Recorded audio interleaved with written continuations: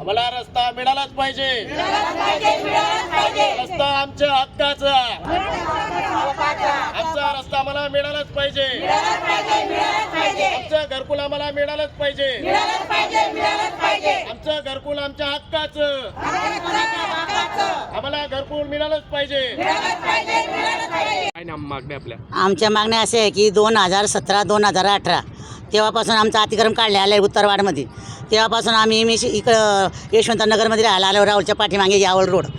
मग तिथे अशी आमची परिस्थिती की तुम्हाला आम्ही घरकुल देऊ, तुमचे घरं आम्ही तयार करून देऊ। तर आता आम्हाला 7 वर्ष झाले तिथं, आणि एमएससीची भीत पडलेली आहे। तर आम्ही बोलले तुमची ते भिंत पडली तिथंच तुम्ही तुमची भिंत घ्या, ते ऐकत नाही आहे। तर त्यांना आमचा रोड बंद करायला लावला।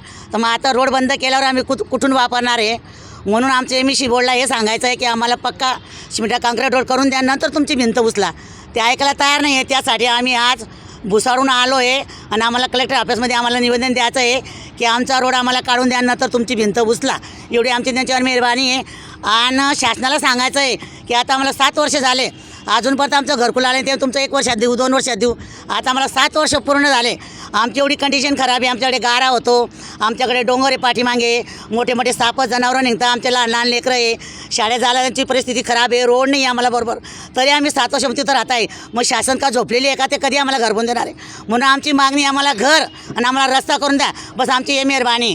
जय भीम, जय बुद्ध, जय भारत। निमित्त रस्ते जे आहे खोदून ठेवण्यात आले, नेमका काय त्रास होतो आपल्याला? गेल्या 3-4 महिन्यापासून रस्ता हा खेडेगावातील भगवाननगर, यादवनगर आणि इंदिरानगर येथील रस्ते जे त्यांनी खोदून PWD मार्फत खोदून ठेवलेले आहेत, आणि त्यामुळे नागरिकांना खूप त्रास होतो आहे। त्या त्रासामागे लहान लहान मुलं जे ते रस्त्यावरती पडल्यानंतर त्यांना दवाखान्यामध्ये भरती करावं लागतं आहे, आणि जे गटारीचे झापे आहेत ते त्यांनी रस्ते कोरून गाडी चढण्यासाठी आम्हाला खूप मोठा प्रॉब्लेम होतो आहे।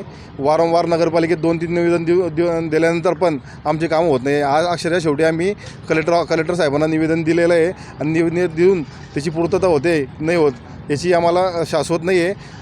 आमची मागणी पूर्ण नाही झाली येत्या 10 दिवसामध्ये, तर आम्ही सर्व ग्रामस्थ वार्डातील रस्ता लोक करतील, आणि कलेक्टर ऑफिसला ठिय्या आंदोलन करतील, व सर्व बिडार घेऊन घरातील सर्व बिडार घेऊन इथे येऊन ठिय्या आंदोलन करतील, असे आम्ही हे देतो।